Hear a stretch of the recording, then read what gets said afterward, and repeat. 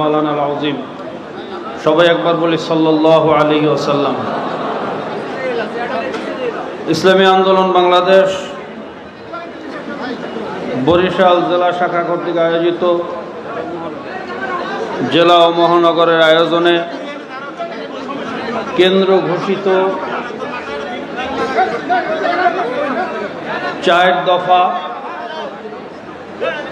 যার মধ্যে উল্লেখযোগ্য পিআর পদ্ধতি নির্বাচন, বিচার সংস্কার, পিআর পদ্ধতি নির্বাচনের দাবিতে আজকের আয়োজিত এই মহাসমাবেশের মোহতারাম সভাপতি, উপস্থিত এই দেশ ও জাতির মুক্তিকামী, কল্যাণকামী, দেশপ্রেমিক জনতার আধ্যাত্মিক ও রাজনৈতিক রাহবার, ইসলামী আন্দোলন বাংলাদেশের মোহতারাম নায়েবে আমির হযরত মাওলানা মুফতি সৈয়দ মোহাম্মদ ফয়জুল করিম শায়েখে চরমোনাই, উপস্থিত আছেন কেন্দ্রীয় জাতীয় নেতৃবৃন্দ, সমাজের বিভিন্ন স্তরের জনগণ, সাংবাদিক বন্ধুগণ, দেশপ্রেমিক, ইসলাম প্রেমিক, মানবতা প্রেমিক ভাইয়েরা। সময় অত্যন্ত কম, অল্প সময় কয়েকটা কথা বলে আমার আলোচনা শেষ করব। আমি আলোচনার শুরুতেই শ্রদ্ধার সাথে স্মরণ করতে চাই যাদের আত্মত্যাগের বিনিময়ে আজকে এই জাতির মুক্তির রাস্তা তৈয়ার হয়েছে, ভাগ্যের পরিবর্তনের আশা জেগেছে। সেই আবু সাঈদ মুগ্ধ সহ সকল শহীদদের রুহের মাগফিরাত কামনা করছি। যারা অসুস্থ অবস্থা হসপিটালে আছে, দ্রুত তাদের সুস্থতা কামনা করছি। তাদের অভাব এবং প্রয়োজন আল্লাহ তার গাইবী খাজানা থেকে পুরা করুক, সবাই বলেন আল্লাহুম্মা আমিন। সাথে সাথে স্মরণ করছি এই দেশ ও মাটির জন্য ৭১-এ যারা জীবন দিয়েছিল সকল শহীদদেরকে শ্রদ্ধা ভরে স্মরণ করছি। সংগ্রামী বন্ধুগণ, আজকে সমাবেশ কি এবং কেন ইতিপূর্বে বক্তাদের আলোচনার মাধ্যমে আমরা জানতে পেরেছি। এক কথায় যদি আমি বলি, এই ৫৩ বছরে আমরা বারবার এই দেশের নেতৃত্বের পরিবর্তন দেখেছি। কখনো সোনার বাংলা, কখনো সবুজ বাংলা। বিগত এই ১৫ বছরে দেখলাম ডিজিটাল বাংলা। কিন্তু এই মানুষের জাতির ভাগ্যের পরিবর্তন আমরা দেখি নাই। কারণটা কি? এর কারণ আমাদের শায়খ ও মুর্শিদ হযরত পীর সাহেব হুজুর চরমোনাই নওয়ারাল্লাহু মারকাদাহু, তিনি বলতেন শুধু নেতার পরিবর্তনের মাধ্যমে এই জাতির ভাগ্যের পরিবর্তন হবে না, যতক্ষণ না পর্যন্ত নীতির পরিবর্তন হবে। এই ৫৩ বছরে ৫ বার দেশটা দুর্নীতিতে চ্যাম্পিয়ন হয়েছে। দেশের টাকা বিদেশে পাচার করে টিআইবির রিপোর্ট অনুযায়ী ২৮,৬০০,০০,০০,০০,০০ কোটি টাকা, বিশ্ব ব্যাংকের বাজেট অনুযায়ী এই টাকা দিয়ে ২০০ পদ্মা সেতু করা সম্ভব। আর ফ্যাসিবাদের বাজেট অনুযায়ী করলেও ৯২টার উপরে পদ্মা সেতু হওয়া সম্ভব। কাগজ কলমের হিসাবে এই টাকা দেশের থেকে বিদেশে পাচার হয়েছে। আমরা দেখেছি যেই যখন এই দেশে ক্ষমতায় আসছে, নিজের পৈতৃক সম্পত্তি মনে করে দেশটাকে বারবার লুটপাট করে ধ্বংসের দ্বার প্রান্তে পৌঁছেছে। ধ্বংসে পতিত হতে হতে এমন অবস্থায় গিয়ে উপনীত হয়েছিল, আমাদের ডিজিএফআই এর 2টা ফ্লোর নাকি নিয়ন্ত্রণ করত। জাতীয় নিউজে আসছে। এনএসআই এর একটা উইংস পরিচালনা করত। দেশের পক্ষে, মানুষের পক্ষে বা কোনো বিদেশি শক্তির বিরুদ্ধে যদি তাদের কথা যেত, বিশেষ করে ভারতের বিরুদ্ধে কোনো কথা বললে এই ডিজিএফআই এবং এনএসআই এর সহযোগিতায় দিনে দুপুরে রাতের অন্ধকারে তাদেরকে গুম করা হতো, খুন করা হতো, হাত পাও বেঁধে পদ্মা, মেঘনা, যমুনার পদদেশে তাদেরকে নিপাতিত করা হতো, আয়না ঘরে তাদেরকে নিপতিত করা হতো। এমন অবস্থাই চলতেছিল, এমন দেশ বিরোধী চুক্তি হয়েছিল, শেষ পর্যন্ত যে আমাদের একটা জায়গা, এই দেশের চতুর্পাশে 3 পাশে ভারত, এক জায়গা খোলা আছে, সেটা হলো বঙ্গোপসাগর। সেখানে আপনারা জানেন 900 একর জমি মোদির বন্ধু আদানিকে লিখিতভাবে 900 একর, অলিখিতভাবে আরও 600 একর, 700 একর, প্রায় এই 1600 একর জমি, যেটাকে বলা হয় বাংলাদেশের মধ্যে ভারতের কেমন যেন একটা খণ্ড, অর্থাৎ বঙ্গোপসাগরটাও ভারতের হাতে তুলে দেওয়া হয়েছিল। আমাদের দেশের যত পণ্য দেখবেন, মোটরসাইকেল দেখবেন ইন্ডিয়া, যত ট্রাক দেখবেন ইন্ডিয়া, যত সিএনজি দেখবেন ইন্ডিয়া, যত পাথর দেখবেন ইন্ডিয়া, মানে এই দেশটাকে ইন্ডিয়ার একটা করদ রাজ্যে পরিণত করেছিল। আল্লাহ পাকের খাস মেহেরবানি। অনেকেই বলেন এইভাবে যদি চলতে থাকতো, সেই দিন বেশি দিন ছিল না, হয়তো আমরা শুনতাম যে বাংলাদেশের রাজধানী এখন আর ঢাকায় না, বাংলাদেশের রাজধানী হলো দিল্লি। এই কঠিন পরিস্থিতি থেকে আল্লাহ পাক যাদের উসিলায় আমাদেরকে রক্ষা করেছেন, আল্লাহ তাদের মর্তবা জান্নাতের উচ্চ মাকাম দান করুক। আর যাদের ষড়যন্ত্রের কারণে আবার সেই ভারতের কোলে উঠানোর জন্য যারা চেষ্টা করতেছে, আল্লাহ তাদেরকে হয়তো হেদায়েত করুক, নয়তো ধ্বংস করুক। সংগ্রামী বন্ধুগণ,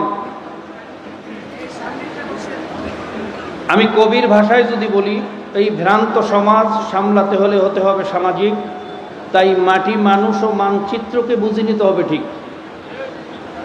মানুষ কি চায়, জনগণ কি চায়, আমি যদি সেটা না বুঝে জনগণের মতের বিরুদ্ধে আমার শক্তি আছে, শক্তি প্রয়োগ করলাম, আমার অর্থ আছে, অর্থ প্রয়োগ করলাম, আমি প্রভাব বিস্তার করার মাধ্যমে জনগণের উপরে আমার মতবাদ চাপিয়ে দিলাম, কিন্তু মাটি, মানুষ, মানচিত্রের ভাষা বুঝলাম না, তাহলে মনে করবেন এই 25-এর জনগণ পেশি শক্তি আর চাপিয়ে দেওয়ার রাজনীতি গ্রহণ করবে না।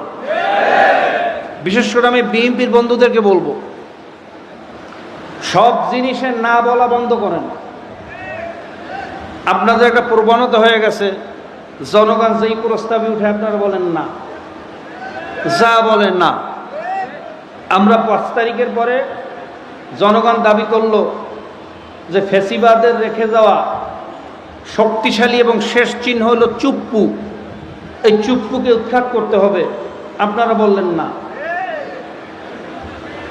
জনগণ দাবি করল 17 বার কাটাছিড়া করে যেই সংবিধানকে একটা দলীয় টালিখাতায় পরিণত করছে, যেই সংবিধানের উপরে ট্যাগ লাগিয়ে বিগত পতিত সরকার ফ্যাসিবাদ হতে সক্ষম হয়েছে, এই সংবিধানকে পরিবর্তন করতে হবে, সংবিধানের ভিতরে সংস্কার আনতে হবে, আপনারা বললেন না। জনগণ দাবি করল 4,500 উপরে ইউনিয়ন, অধিকাংশ ইউনিয়নের চেয়ারম্যান পালাতক, চেয়ারম্যান নাই, মেম্বার নাই, জনগণ দুর্বিষহ জীবন ভোগ করতেছে। ইউনিয়ন সার্টিফিকেট আনতে টিউন অফিসে যেতে হয়, নাগরিক সনদপত্র পাচ্ছে না, জন্ম নিবন্ধন পাচ্ছে না, ওয়ারেস্ট সার্টিফিকেট পাচ্ছে না, আপনারা ট্রেড লাইসেন্স পাচ্ছে না, জনগণ ভুগতেছে। আগে ইউনিয়ন নির্বাচনটা হোক, জনগণকে আগে দুর্বিষহ জীবন থেকে মুক্তি দেন, আপনারা বললেন না। সব জায়গায় না বলতে বলতে আমি মনে করি জনগণ আপনাদেরকে বলবে আপনারাও না। কথা ঠিক না ভাই? ঠিক। এখন 71% জনগণ দাবি তুলেছে পিআর পদ্ধতির নির্বাচন, আপনারা বলতেছেন না। আমি বলতেছি এভাবে নায়ের যদি প্রবণতা বন্ধ না করেন আপনারাও নাই হয়ে যাবেন। যার প্রমাণ ঢাকা ইউনিভার্সিটি দাবি জাবিতে প্রমাণিত হয়েছে। জনগণ আপনাদেরকে লাল কার্ড দেখিয়েছে, হলুদ কার্ড দেখিয়েছে। এখনো যদি জনগণের ভাষা বুঝতে না পারেন, মনে রাখবেন 2001 আর 2025 এক না। 2025-এর রিক্সাওয়ালাও রাজনীতিবিদদেরকে সবক দেওয়া শিখছে। এখন আর 2001-এর সেই বোকা জনগণ বাংলাদেশের জনগণ না। আপনারা সকালে এক কথা বলেন, বিকেলে আরেক কথা বলেন, এক এক নেতা এক এক ধরনের কথা বলেন। এই বিভ্রান্তমূলক কথা বন্ধ করেন, এই দেশটাকে ধ্বংসের হাত থেকে বাঁচান। আসেন আমরা কাঁধে কাঁধ মিলিয়ে এই জাতির ভাগ্যের পরিবর্তনের জন্য সবাই মিলে ঐক্যবদ্ধ একটা জাতিতে আমরা একটা সংসদ পরিচালনা করি। আর ঐক্যবদ্ধ জাতিতে পরিণত হওয়ার জন্য একমাত্র পদ্ধতি হলো পিয়ার। কিভাবে? আপনারা জানেন, যারা বিগত পদ্ধতিতে নির্বাচন করতে চায়, বিগত পদ্ধতিতে ধরেন 5 জন নির্বাচনে দাঁড়াইছে, একজনে পাইল 5,000, একজন 10,000, একজন 15,000, একজন 20,000, একজন 25,000। নেতা নির্বাচন হইল কত হাজার ভোটে? সবাই বলেন কত হাজার? বাকি 75,000 ভোট কোথায়?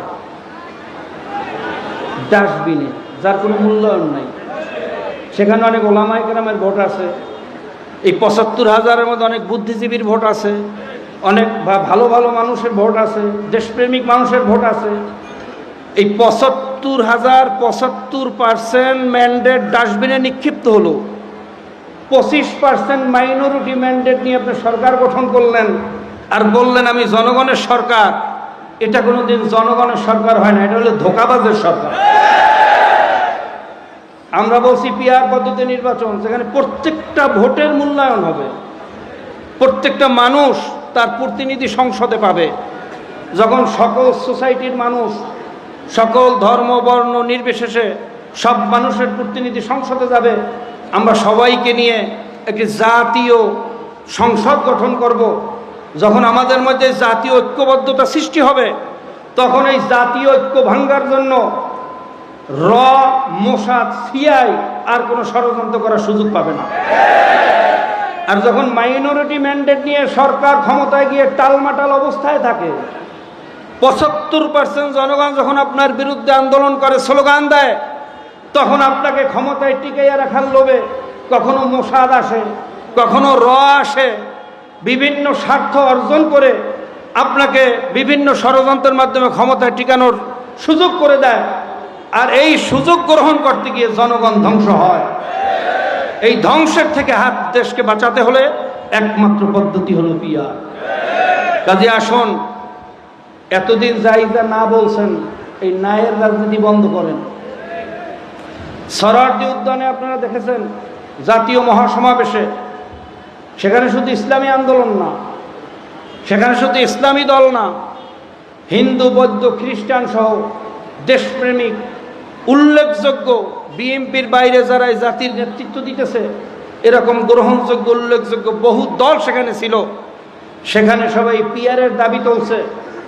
কিন্তু আপনাদের নেতা সালাউদ্দিন সাহেব কি বললেন?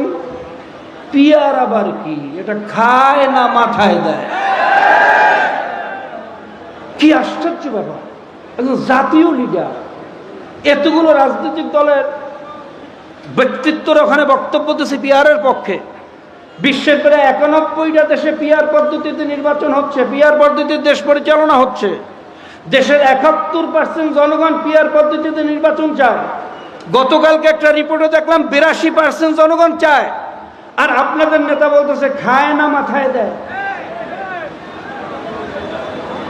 এভাবে তুচ্ছ তাচ্ছিল্য করেছেন, ওই রাজনৈতিক দলকে করেন না, গোটা জাতির সাথে তুচ্ছ তাচ্ছিল্য করেছেন।